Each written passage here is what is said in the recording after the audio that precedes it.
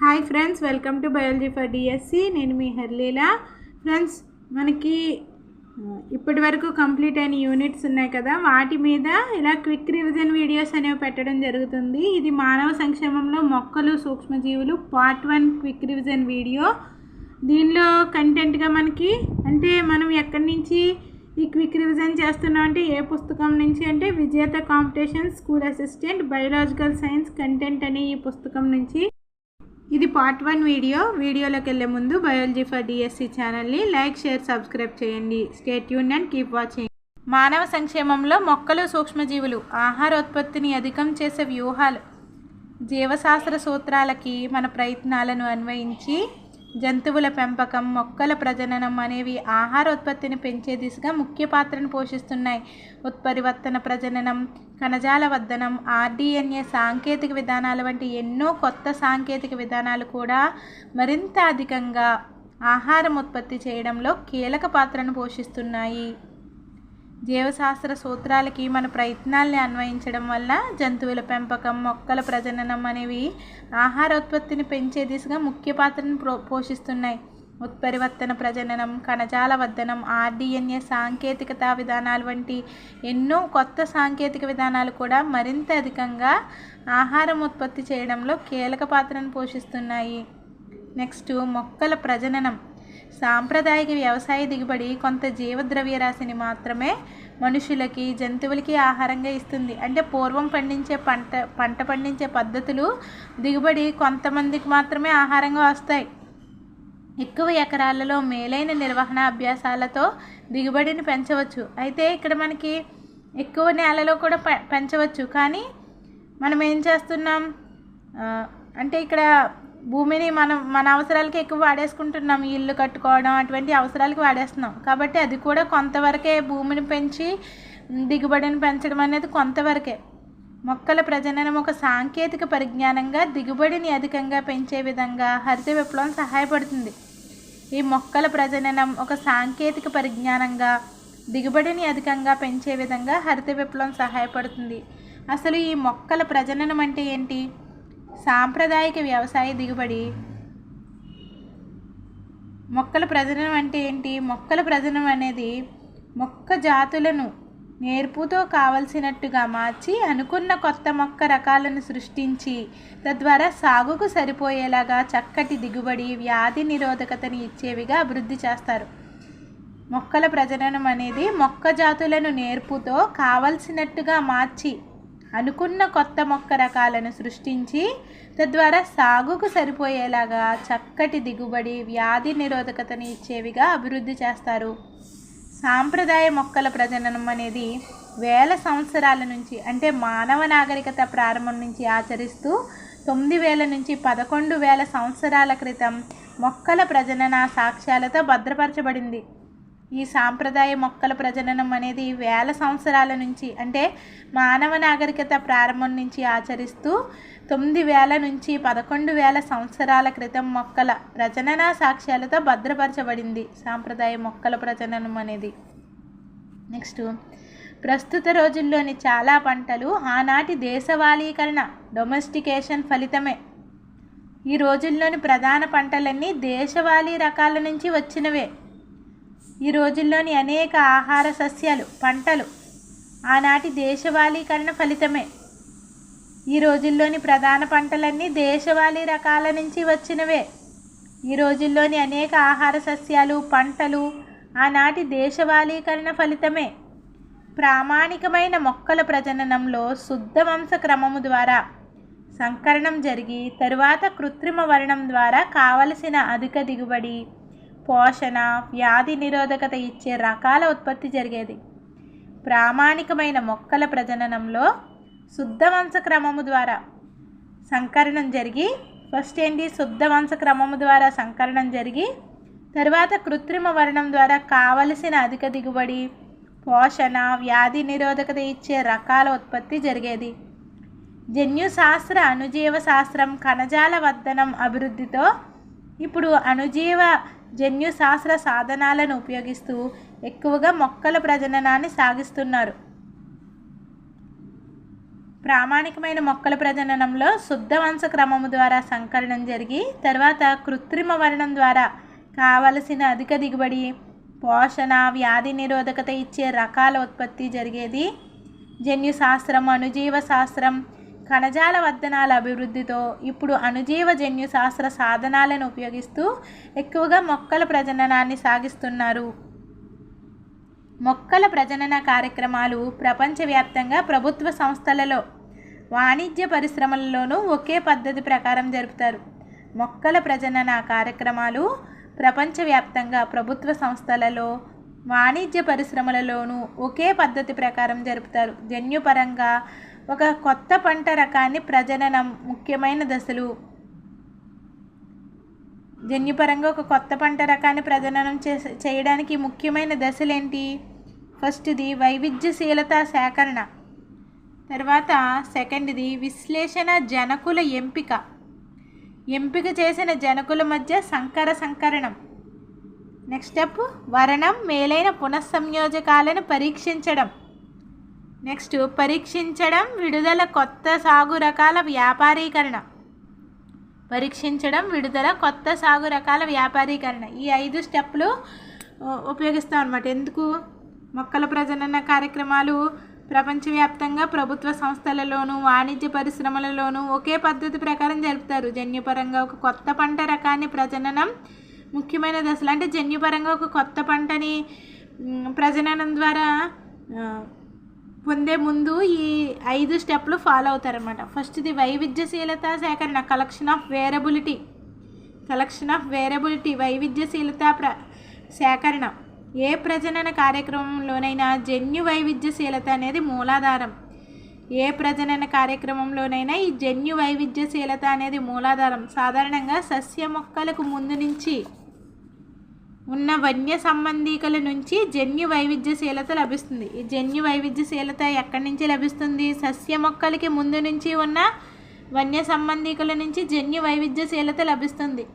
వివిధ వన్య రకాలను, జాతులను, వాటి ద్వారా సాగు చేసే సంబంధీకులను సేకరించడం, భద్రపరచడం, తర్వాత వీటిని లక్షణాల దృష్టితో పరీక్షిస్తారు. వృక్ష జనాభాలో ప్రకృతి పరంగా లభించే జన్యువులకు చక్కటి రీతిలో గుర్తించి ఉపయోగించుకునేందుకు ముందుగా అవసరమయ్యే కార్యక్రమం. ఈ మొత్తం సేకరణలో మొక్కలు లేదా విత్తనాలు, ఒక నమూనా సస్యంలోని వివిధ రకాల యుగ్మ వికల్పకాలకు సంబంధించిన అన్ని జన్యువులు ఉంటే దానిని బీజ పదార్థ సేకరణ, జెర్మోప్లాజ్మ్ కలెక్షన్ అని అంటారు. ఈ మొత్తం సేకరిస్తున్నాం కదా, వృక్ష జనాభాలో ప్రకృతి పరంగా లభించే జన్యువులను చక్కటి రీతిలో గుర్తించి ఉపయోగించుకునేందుకు ముందుగా చేసే అవసరమయ్యే కార్యక్రమం. ఇక్కడ ఏం చేస్తున్నాం? వన్య రకాలను, జాతులను, వాటి ద్వారా సాగు చేసే సంబంధికులను సేకరిస్తాం. ఫస్ట్ వైవిధ్యశీలత సేకరణలో వన్య రకాలను, జాతులను, వాటి ద్వారా సాగు చేసే సంబంధికులను సేకరిస్తాం. తర్వాత ఏం చేస్తున్నాం? భద్రపరుస్తాం.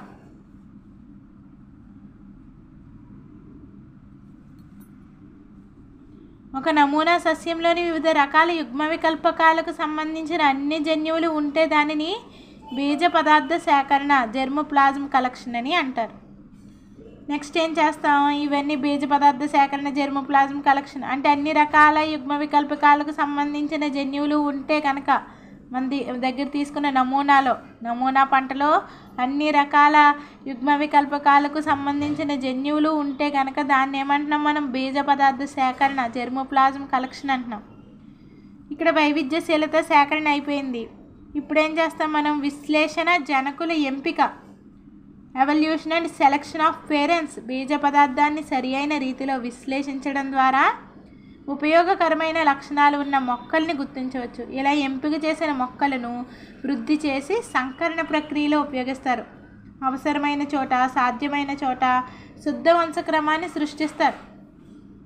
బీజ పదార్థాన్ని సరి అయిన రీతిలో విశ్లేషించడం ద్వారా ఉపయోగకరమైన లక్షణాలు ఉన్న మొక్కలను గుర్తించవచ్చు. ఇలా ఎంపిక చేసిన మొక్కల్ని వృద్ధి చేసి సంకరణ ప్రక్రియలో ఉపయోగిస్తారు. అవసరమైన చోట, సాధ్యమైన చోట శుద్ధ వంశక్రమాన్ని సృష్టిస్తారు.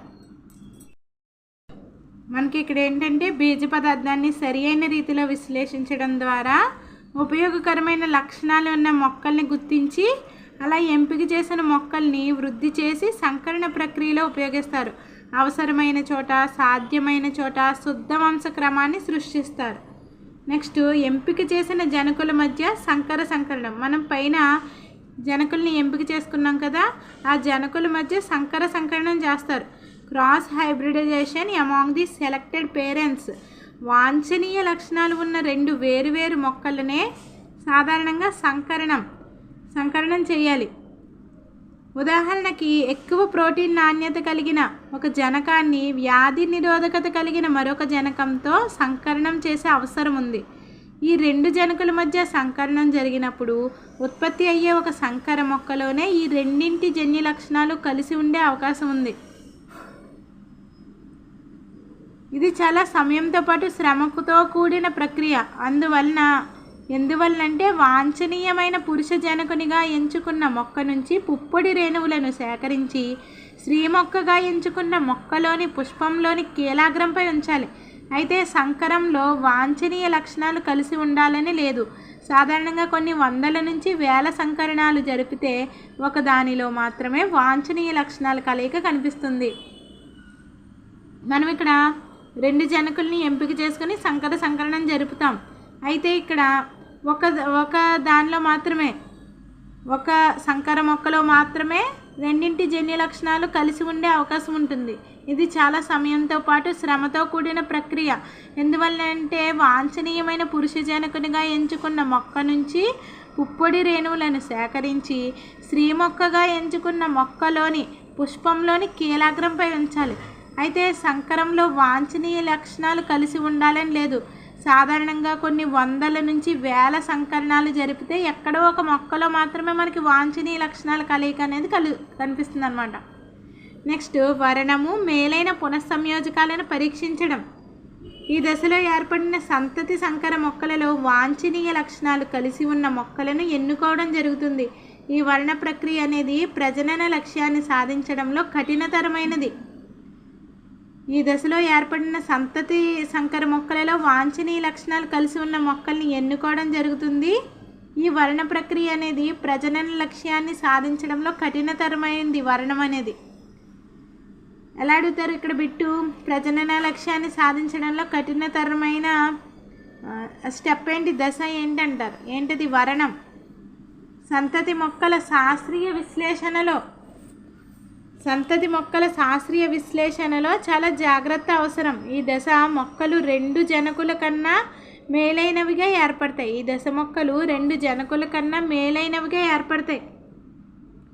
సంతతి మొక్కల యొక్క శాస్త్రీయ విశ్లేషణలో చాలా జాగ్రత్త అవసరం. ఈ దశ మొక్కలు రెండు జనకుల కన్నా మేలైనవిగా ఏర్పడతాయి. సాధారణంగా ఒకటి కన్నా ఎక్కువ మేలైన సంతతి మొక్కలు పొందగలిగే అవకాశం ఉంది. వీటిని అనేక తరాల ఆత్మపరాగ సంపర్కంతో అవి సమానత్వ స్థాయికి, సమయుగ్మజత స్థాయికి చేరుకునే వరకు జరిపి తద్వారా సంతాన మొక్కలలో లక్షణాల పృథక్కరణ జరగకుండా చూస్తారు. సంతతి మొక్కల యొక్క శాస్త్రీయ విశ్లేషణలో చాలా జాగ్రత్త అనేది అవసరం. ఈ దశ మొక్కలు రెండు జనకుల కన్నా మేలైనవిగా ఏర్పడతాయి. సాధారణంగా ఒకటి కన్నా ఎక్కువ మేలైన సంతతి మొక్కలు పొందగలిగే అవకాశం ఉంది. వీటిని అనేక తరాల ఆత్మపరాగ సంపర్కంతో అవి సమానత్వ స్థాయికి, సమయుగ్మజత హోమోజైగోసిటీకి చేరుకునే వరకు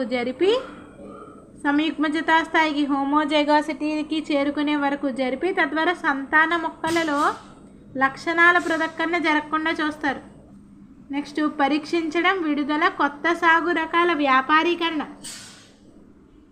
వర్ణం ద్వారా ఎంపిక చేసిన కొత్త క్రమాలను అధిక దిగుబడి, ఇతర సాగుబడి చేసే వ్యవసాయ లక్షణాలైన నాణ్యత, వ్యాధి నిరోధకత మొదలైన వాటి కోసం విశ్లేషిస్తారు. ఈ విశ్లేషణ అనేది వీటిని పరిశోధనా క్షేత్రాలలో సాగు చేయడం ద్వారా జరుగుతుంది. ఆదర్శమైన ఎరువు వాడకం, నీటిపారుదల, ఇతర సస్య నిర్వహణ పద్ధతుల ద్వారా వీటి నిర్వహణ సమర్థతను భద్రపరుస్తారు. గోధుమ, వరి 1960-2000 మధ్య కాలంలో గోధుమ ఉత్పత్తి 11 మిలియన్ టన్నుల నుంచి 25 మిలియన్ టన్నులకు, అదేవిధంగా వరి ఉత్పత్తి 35 మిలియన్ టన్నుల నుంచి 889.5 మిలియన్ టన్నులకు పెరిగింది. దీనికి కారణం గోధుమ వరిలో పాక్షిక వామన రకాలు సెమీ డ్వార్ఫ్ అభివృద్ధి చెందడమే.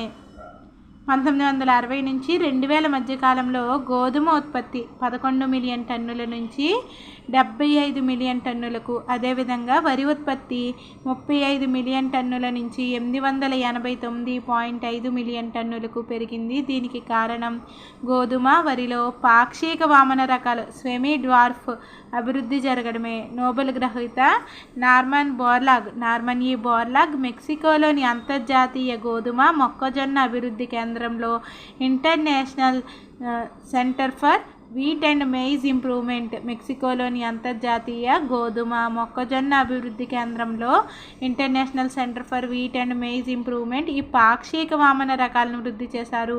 1963లో సోనాలికా, కళ్యాణ్ సోనా వంటి అధిక దిగుబడి, వ్యాధి నిరోధకతను చూపే అనేక రకాలను భారతదేశంలోని గోధుమ పండించే అన్ని ప్రదేశాలలో ప్రవేశపెట్టారు.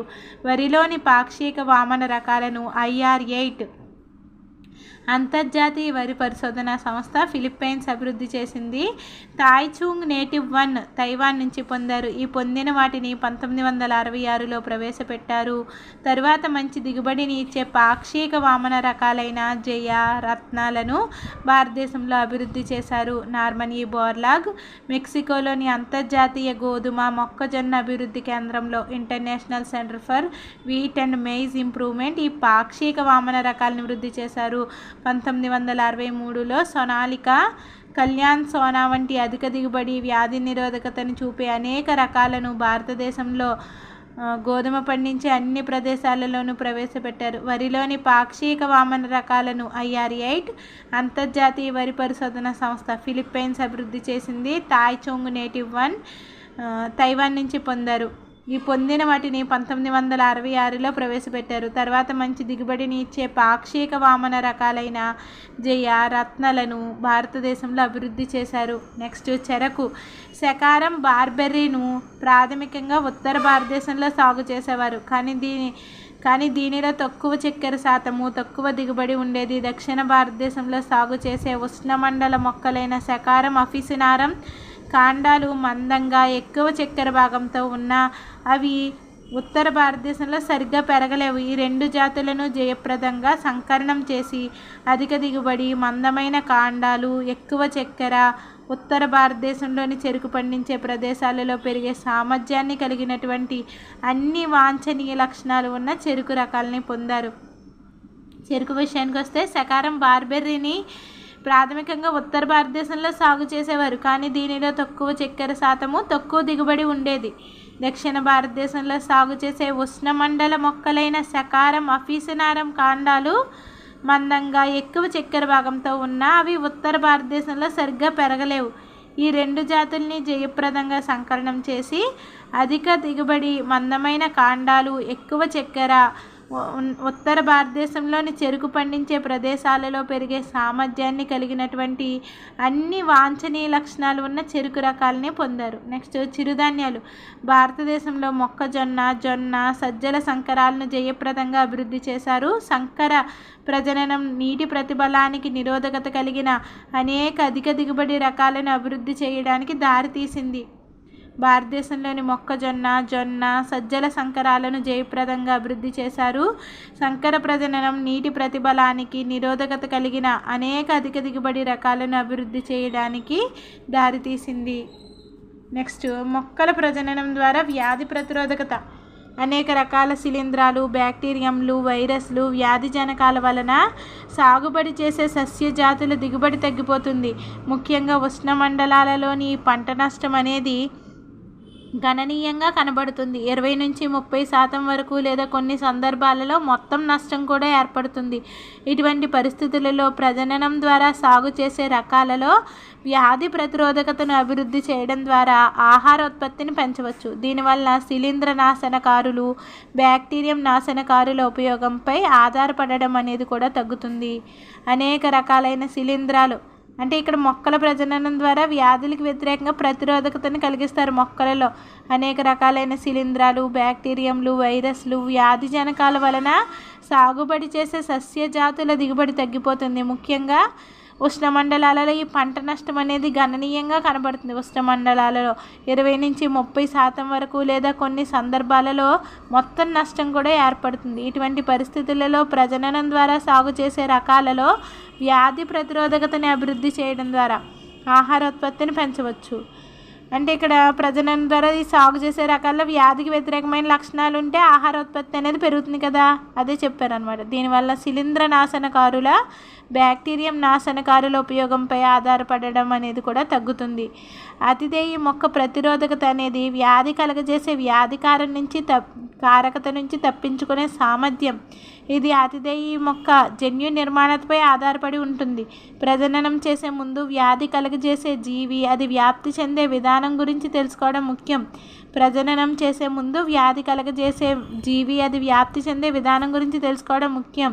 శిలీంధ్రాల ద్వారా కలిగే కొన్ని వ్యాధులు కుంకుమ తెగులు, ఉదాహరణ గోధుమ వర్ణ కుంకుమ తెగులు. శిలీంధ్రాల ద్వారా కొన్ని వ్యాధులు ఏంటంటే కుంకుమ తెగులు, గోధుమ వర్ణ కుంకుమ తెగులు, చెరుకు ఎర్రకుళ్ళు తెగులు, బంగాళాదుంప ఆకు తెగులు. బ్యాక్టీరియంల ద్వారా ఏమో క్రూసిఫెర్ల నల్లటి కుళ్ళు, వైరస్ల ద్వారా పొగాకు మొజాయిక్, టర్నిప్ మొజాయిక్ మొదలైనవి. శిలీంధ్రాల ద్వారా కలిగే వ్యాధులేంటి? గోధుమలో గోధుమ వర్ణ కుంకుమ తెగులు, చెరుకులోని ఎర్రకుళ్ళు తెగులు, బంగాళాదుంప ఆకు తెగులు శిలీంధ్రాల వల్ల కలిగే వ్యాధులు. బ్యాక్టీరియంల ద్వారా క్రూసిఫెర్ల నల్లటి కుళ్ళు, వైరస్ల ద్వారా పొగాకు మొజాయిక్, టర్నిప్ మొజాయిక్ మొదలైనవి. ఉత్పరివర్తన ప్రక్రియ అనేది జన్యువులలోని క్షారాల వరుస క్రమంలో మార్పులు తేవడం ద్వారా జన్యు వైవిధ్యాలను సృష్టిస్తూ ఫలితంగా జనక రకాలలో లేని కొత్త లక్షణాన్ని సృష్టించడం. రసాయనాలను ఉపయోగించి లేదా వికిరణాల ద్వారా గామా వికిరణాల వంటివి ప్రేరిత కృత్రిమ ఉత్పరివర్తనాల్ని సాధించవచ్చు. వర్ణం ద్వారా తర్వాత వాంఛనీయమైన లక్షణాలు ఉన్న మొక్కలను ప్రజనన మూలంగా ఉపయోగించవచ్చు. ఈ ప్రక్రియను ఉత్పరివర్తన ప్రజననం అంటారు. పెసలులో పసుపు పచ్చ మొజాయిక్ వైరస్, బూడిద తెగులు వ్యాధులకు వ్యాధి నిరోధకత అనేది ప్రేరిత ఉత్పరివర్తనాల ద్వారా ఏర్పడింది. ఉత్పరివర్తన ప్రక్రియ అనేది ఏంటంటే జన్యువుల్లోని క్షారాల వరుస క్రమాలలో మార్పులు తేవడం ద్వారా జన్యు వైవిధ్యాల్ని సృష్టిస్తూ ఫలితంగా జనక రకాలలో లేని కొత్త లక్షణాన్ని సృష్టించడం. రసాయనాలను ఉపయోగించి లేదా వికిరణాల ద్వారా ప్రేరిత కృత్రిమ ఉత్పరివర్తనాల్ని సాధించవచ్చు. వర్ణం ద్వారా తరువాత వాంఛనీయ లక్షణాలు ఉన్న మొక్కలని ప్రజనన మూలంగా ఉపయోగించవచ్చు. ఈ ప్రక్రియను ఉత్పరివర్తన ప్రజననం అంటాం. పెసలులో మూంగ్ బీన్లో పసుపు పచ్చ మొజాయిక్ వైరస్, బూడిద తెగులు వ్యాధులకు వ్యాధి నిరోధకత అనేది ప్రేరిత ఉత్పరివర్తనాల ద్వారా ఏర్పడింది. నెక్స్ట్ మొక్కల ప్రజననం ద్వారా కీటకాలు చీడల ప్రతిరోధకత అభివృద్ధి.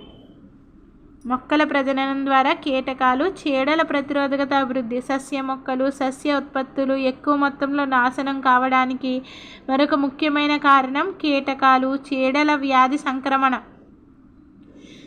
మొక్కల ప్రజననం ద్వారా ఏంటి కీటకాలకి చీడలకి కూడా వ్యతిరేకమైన లక్షణాలు అంటే ప్రతిరోధకతని మొక్కల్లో అభివృద్ధి చేయవచ్చు అనమాట.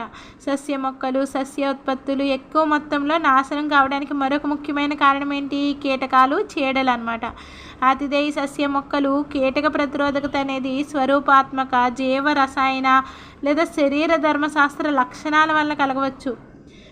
ఇక్కడ ఏంటి ఆతిథేయ సస్య మొక్కలు కీటక ప్రతిరోధకత అనేది ఎలా కలగవచ్చు? స్వరూపాత్మక జీవ రసాయన లేదా శరీర ధర్మశాస్త్ర లక్షణాల వల్ల కలగవచ్చు. అంటే ఈ వ్యతిరేక కీటకాలకి చీడలకి వ్యతిరేకం అనేది ఎలా కలగవచ్చు? ఆతిథేయ సస్య మొక్కల యొక్క కీటక అనేది స్వరూపాత్మక జీవ రసాయన లేదా శరీర ధర్మశాస్త్ర లక్షణాల వల్ల కలగవచ్చు. చాలా మొక్కలలోని కీటక చీడల నిరోధకత అనేది పత్రాలపై ఉండే కేశాలు కలుగుతుంది. కీటక చీడల నిరోధకత అనేది పత్రాలపై ఉండే కేశాల వల్ల కలుగుతుంది. ఉదాహరణకి పత్తిలో జెస్సీడ్లకు ప్రతిరోధాత్మకత, గోధుమలో ధాన్యపత్ర పురుగు, గోధుమలో కాండ సాఫ్లై, గట్టి కాండాలపై ఎక్కువ మక్కువ చూపడం, నున్నటి ఆకులు, మకరందం లేని పత్తి రకాలు, కాయ తొలిచే పురుగు బాల్వార్క్స్ను ఆకర్షించలేవు. ఇక్కడ నున్నటి ఆకులు మకరందం లేని పత్తి రకాలు ఏం చేస్తాయి? కాయ తొలిచే పురుగు బాల్వార్క్స్ను ఆకర్షించలేవు. అధిక ఆస్పార్టిక్ ఆమ్లము, తక్కువ నత్రజని మరియు తక్కువ చక్కెర శాతం గల మొక్కజొన్నలో కాండం తొలిచే పురుగులకు ప్రతిరోధకతను చూపుతుంది. అంటే ఇక్కడ కొన్ని లక్షణాలు మొక్కలకి కలిగి ఉంటాయి. అంటే ఇక్కడ వాటిని వాటిని ఆశించే ఈ కీటకాలకు కానీ చీడలకు కానీ వ్యతిరేకంగా కొన్ని లక్షణాలు ఉన్నాయి. పత్తిని చూసుకున్నట్లయితే నున్నటి ఆకులు, మకరందం లేని పత్తి రకాలు కాయ తొలిచే పురుగును ఆకర్షించలేవు. అధిక ఆస్పార్టిక్ ఆమ్లము, తక్కువ నత్రజని మరియు తక్కువ చక్కెర శాతం కలిగిన మొక్కజొన్నలో చూసుకున్నట్లయితే కాండం తొలిచే పురుగులకు ప్రతిరోధకత అనేది చూపుతుందన్నమాట. నెక్స్ట్ ఏంటి, కీటక చీడల ప్రతిరోధకత ప్రజనన విధానాలు కూడా ఇతర వ్యవసాయ లక్షణాలలోనే అంటే దిగుబడి లేదా నాణ్యత లాగా అవే దశలను కలిగి ఉంటాయి. వీటిని ఇంతకు ముందే చర్చించడం జరిగింది. ప్రతిరోధకత జన్యువులకు మూలం అనేది సాగు చేస్తున్న రకాలు, సస్యాల బీజ పదార్థ సేకరణలో లేదా వన్య సంబంధికుల నుంచే వస్తుంది. ప్రతిరోధకత జన్యువులకి మూలం అనేది ఎక్కడి నుంచి వస్తుంది? సాగు చేస్తున్న రకాలు, సస్యాల బీజ పదార్థ సేకరణలో లేదా వన్య సంబంధికుల నుంచే వస్తుంది. నెక్స్ట్, మొక్కల ప్రజననం ద్వారా పెరిగే ఆహార నాణ్యత. బయోపోర్టిఫికేషన్ అనే ప్రజనన ఉద్దేశం ద్వారా సస్యాలలో విటమిన్లు, లవణాల స్థాయిలను అధికం చేయడం లేదా అధిక ప్రోటీన్, ఆరోగ్యవంతమైన కొవ్వు వంటి అంశాలపై దృష్టి సారించడం. అంటే అతి ముఖ్యంగా ప్రయోగాత్మకంగా సమాజ ఆరోగ్య స్థితిని పెంపొందించడం, పోషణలోని నాణ్యతను పెంచేందుకు చేసే ప్రజననంలో పెంపొందించవలసిన ఉద్దేశ్యాలు: ప్రోటీన్ పరిమాణము, నాణ్యత, నూనె పరిమాణము, నాణ్యత, విటమిన్ పరిమాణం, సూక్ష్మ మూలకాల పరిమాణం. ఈ బయోఫోర్టిఫికేషన్ అంటే ఏంటంటే ప్రజనన ఉద్దేశ్యం సస్యాలలో విటమిన్లు, లవణాల స్థాయిలను అధికం చేయడం లేదా అధిక ప్రోటీన్, ఆరోగ్యవంతమైన కొవ్వు వంటి అంశాలపై దృష్టి సారించడం. అంటే అతి ముఖ్యంగా ప్రయోగాత్మకంగా సమాజ ఆరోగ్య స్థితిని పెంపొందించడం, పోషణలోని నాణ్యతను పెంచేందుకు చేసే ప్రజననంలో ముఖ్యమైన పెంపొందించవలసిన ఉద్దేశాలు ఎందుకు అంటే ఇక్కడ నాణ్యతని ఎందుకు పెంచాలి మనం? ప్రోటీన్ పరిమాణము, నాణ్యత, నూనె పరిమాణము, నాణ్యత, విటమిన్ పరిమాణము, సూక్ష్మ మూలకాల పరిమాణం ఇటువంటివి పెంచడానికి ఇక్కడ బయోపోర్టిఫికేషన్ చేయాలన్నమాట. బయోపోర్టిఫికేషన్ అంటే ఏంటి? ప్రజనన ఉద్దేశం సస్యాల్లో విటమిన్లు, లవణాల స్థాయిలను అధికం చేయడం లేదా అధిక ప్రోటీన్, ఆరోగ్యవంతమైన కొవ్వు వంటి అంశాలపై దృష్టి సారించడం. అంటే అతి ముఖ్యంగా ప్రయోగాత్మకంగా సమాజ ఆరోగ్య స్థితిని పెంపొందించడం, పోషణలో నాణ్యతను పెంచేందుకు ప్రజననంలో పెంపొందించవలసిన ఉద్దేశాలు ఇవి: ప్రోటీన్ పరిమాణము, నాణ్యత, నూనె పరిమాణము, నాణ్యత, విటమిన్ పరిమాణము, సూక్ష్మ మూలకాల పరిమాణం. 2000వ సంవత్సరంలో అప్పుడున్న మొక్కజొన్న సంకరాలలోని లైసిన్, ట్రిప్టోఫాన్ల వంటి అమైనో ఆమ్లాల శాతం కంటే రెండింతలైన మొక్కజొన్న సంకరాలను అభివృద్ధి చేశారు. 2000వ సంవత్సరంలో అప్పుడున్న మొక్కజొన్న సంకరాలలోని లైసిన్, ట్రిప్టోఫాన్ల వంటి అమైనో ఆమ్లాల శాతం కంటే రెండింతలైన మొక్కజొన్న సంకరాలను అభివృద్ధి చేశారు. గోధుమ రకం అట్లాస్ 66, దీనిలో ప్రోటీన్ పరిమాణం ఎక్కువగా ఉంటుంది. గోధుమ రకం ఏంటంటే అట్లాస్ 66, దీనిలో ప్రోటీన్ పరిమాణం ఎక్కువగా ఉంటుంది. సాగు చేసే గోధుమను అభివృద్ధి చేయడానికి దీనిని దాతగా ఉపయోగిస్తారు. ఐరన్ ఫోర్టిఫైడ్ వరి రకంలో సాధారణంగా వాడే రకాలతో పోల్చి చూసిన 5 ఎక్కువ ఐరన్ ఉండేది. అదేవిధంగా బీటా కెరోటిన్ కలిగిన వరి రకానికి బంగారు వరి అని పేరు పెట్టారు. భారతీయ వ్యవసాయ పరిశోధన సంస్థ IARI న్యూఢిల్లీ వారు ఎక్కువ విటమిన్లు, ఖనిజాలున్న కూరగాయల మొక్కల అనేక రకాలను విడుదల చేశారు. విటమిన్ A పుష్టిగా ఉన్న క్యారెట్లు, స్పినాచ్, గుమ్మడి, విటమిన్ C పుష్టిగా ఉన్న కాకర, బతువా అంటే ఏంటి? సీనోపోడియం కింగ్ ఆఫ్ గ్రీన్ వెజిటబుల్స్ అంటారు. బతువా అంటే సీనోపోడియం కింగ్ ఆఫ్ గ్రీన్ వెజిటబుల్స్. ఆకుకూరలకు రాజు. ఆవాలు, టమాటో, ఇనుము, కాల్షియం పుష్టిగా ఉన్న స్పినాచ్, బతువా. ప్రోటీన్ పుష్టిగా ఉన్న చిక్కుళ్ళు, వెడల్పు చిక్కుడు రకం, ల్యాబ్ బీన్స్, తోట బఠానీ రకాలు. అంటే IARI న్యూఢిల్లీ వారు ఎక్కువగా విటమిన్లు, ఖనిజాలు ఉన్న కూరగాయల మొక్కలు అనేక రకాలను విడుదల చేశారు. విటమిన్ A పుష్టిగా ఉన్న క్యారెట్లు, స్పినాచ్, గుమ్మడి, విటమిన్ C పుష్టిగా ఉన్న కాకర. బతువా అంటే ఏంటంటే సీనోపోడియం కింగ్ ఆఫ్ గ్రీన్ వెజిటబుల్స్. ఆకుకూరలకు రాజు ఏంటంటే బతువా అనమాట. ఆవాలు, టమాటో, ఇనుము, కాల్షియం పుష్టిగా ఉన్న స్పినాచ్, బతువా. ప్రోటీన్ పుష్టిగా ఉన్న చిక్కుళ్ళు, వెడల్పు చిక్కుడు రకం, ల్యాబ్ బీన్స్, తోట బఠానీ రకాలు. నెక్స్ట్, కణజాల వర్ధనం.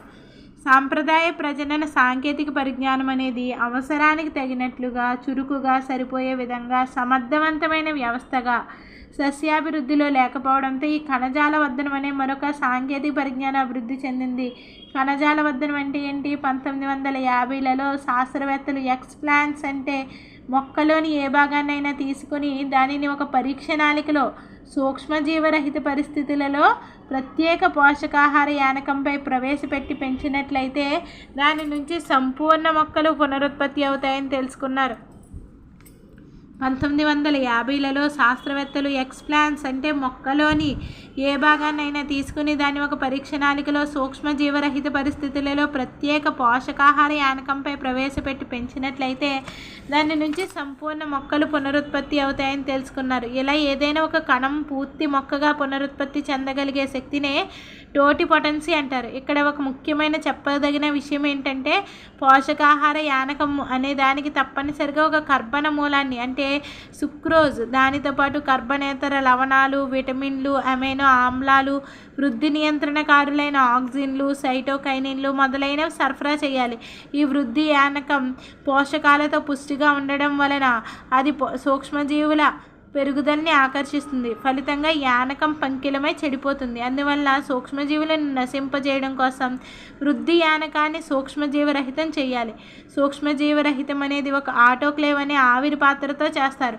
ఆటోక్లేవ్లో వర్ధన యానకాన్ని 15 పౌండ్ల పీడనం 121 డిగ్రీల సెంటీగ్రేడ్ వద్ద 15 నిమిషాలు ఉంచాలి. ఆటోక్లేవ్లో వర్ధన యానకాన్ని 15 పౌండ్ల పీడనం 121 డిగ్రీల సెంటీగ్రేడ్ వద్ద 15 నిమిషాలు ఉంచాలి. ఎక్స్ప్లాంట్ను వర్ధన పాత్రలో సూక్ష్మజీవరహిత పోషక యానకం మీద ప్రవేశపెట్టడాన్ని అంతర్నివేశనం అంటాం. ఇది పూర్తిగా అసంక్రామిక వాతావరణంలో జరుపుతారు. నెక్స్ట్ వర్ధనాలు 3 నుంచి 4 వారాలు ఇంక్యుబేట్ చేసిన తర్వాత ఎక్స్ప్లాంట్ కణాలు ఈ సమయంలో పోషక పదార్థాలను గ్రహించి పెరిగి అనేక విభజనలు చెంది అవయవ విభేదనం చెందని కణాల సమూహమైన క్యాలస్ని ఏర్పరుస్తాయి. కొన్ని సందర్భాలలో వేర్లు లేదా కాండాలు నేరుగా ఏర్పడతాయి. వివిధ గాఢతలో ఉండే ఆక్సిన్లు, సైటోకైనిన్ల కలయికతో ఉన్న యానకంపై ఎక్స్ప్లాంట్ లేదా కాలస్ వర్ధనం చేసినప్పుడు వేర్లు లేదా కాండాలు ఏర్పడతాయి. ఈ ప్రక్రియను అవయవోత్పత్తి అంటారు. ఈ విధంగానే కాకుండా క్యాలస్ నుంచి పిండాల వంటి నిర్మాణాలు ఏర్పడతాయి. ఈ దృగ్విషయాన్ని శాఖీయ పిండోత్పత్తి సొమాటిక్ ఎంబ్రియోజెన్సిస్గా వ్యవహరిస్తారు. కాలస్ నుంచి ఏర్పడిన పిండాల వంటి నిర్మాణాలను పిండాబాలు అంటారు. ఇవి శాఖీయ కణాల నుంచి ఏర్పడడం వల్ల వీటినే శాఖీయ పిండాలు సొమాటిక్ ఎంబ్రియాయిడ్స్ అంటారు. కొన్నిసార్లు కాలస్ ఏర్పడకుండా ఎక్స్ప్లాంట్ నుంచి సూటిగా పిండాబాలు అనేవి ఏర్పడతాయి. వర్ధనాలు అనేవి 3 నుంచి 4 వారాల వరకు ఇంక్యుబేట్ చేసిన తర్వాత ఈ ఎక్స్ప్లాంట్ కణాలు పోషక పదార్థాలని గ్రహించి పెరిగి అనేక విభజనలు చెంది అవయవ విభేదనం చెందని కణాల సమూహమైన క్యాలస్ని ఉత్పత్తి చేస్తాయి. కొన్ని సందర్భాలలో వేర్లు లేదా కాండాలు నేరుగా ఏర్పడతాయి. వివిధ గాఢతలలో ఉండే ఆక్సిన్లు, సైటోకైనిన్ల కలయికతో ఉన్న యానకంపై ఎక్స్ప్లాంట్ లేదా కాలస్ వర్ధనం చేసినప్పుడు వేర్లు లేదా కాండాలు ఏర్పడతాయి. ఈ ప్రక్రియని అవయవోత్పత్తి ఆర్గనోజెన్సిస్ అంటారు. పై విధంగానే కాకుండా కాలస్ నుంచి పిండాల వంటి నిర్మాణాలు ఏర్పడతాయి.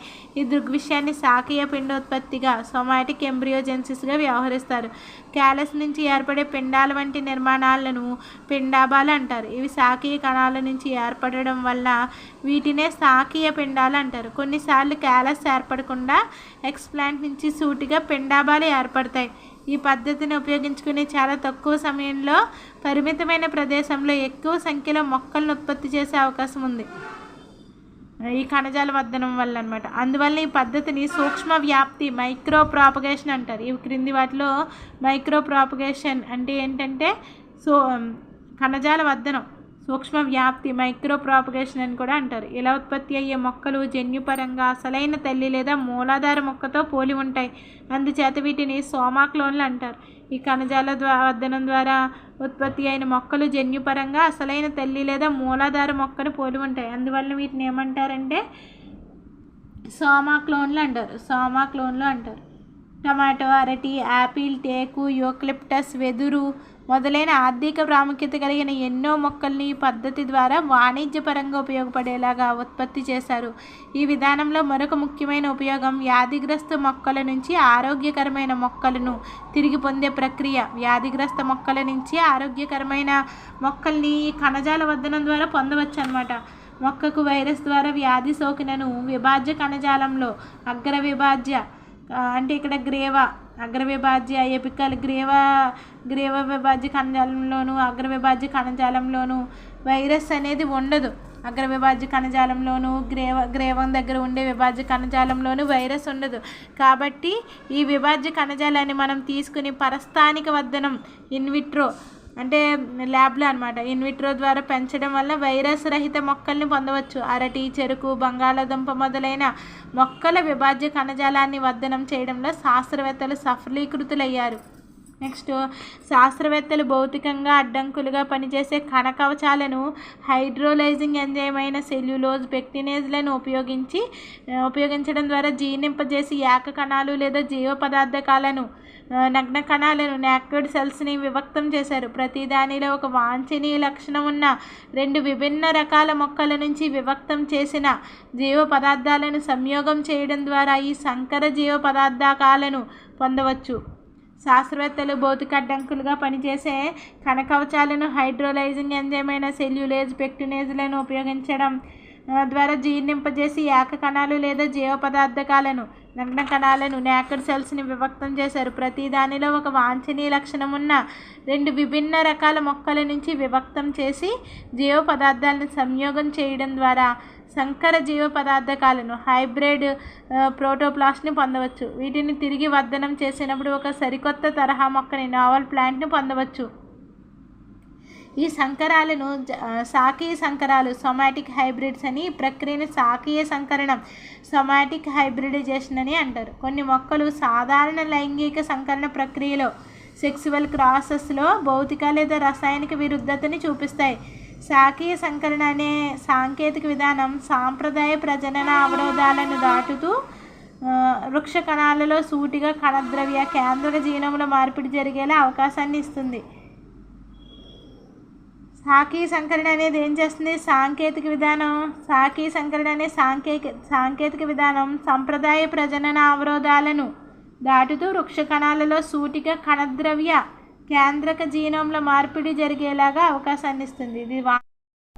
ఇది వాంఛనీయ లక్షణాలని ప్రవేశపెట్టడాన్ని సులభతరం చేస్తుంది. నెక్స్ట్ టాపిక్ నెక్స్ట్ వీడియోలో డిస్కస్ చేద్దాం. Stay tuned and keep watching.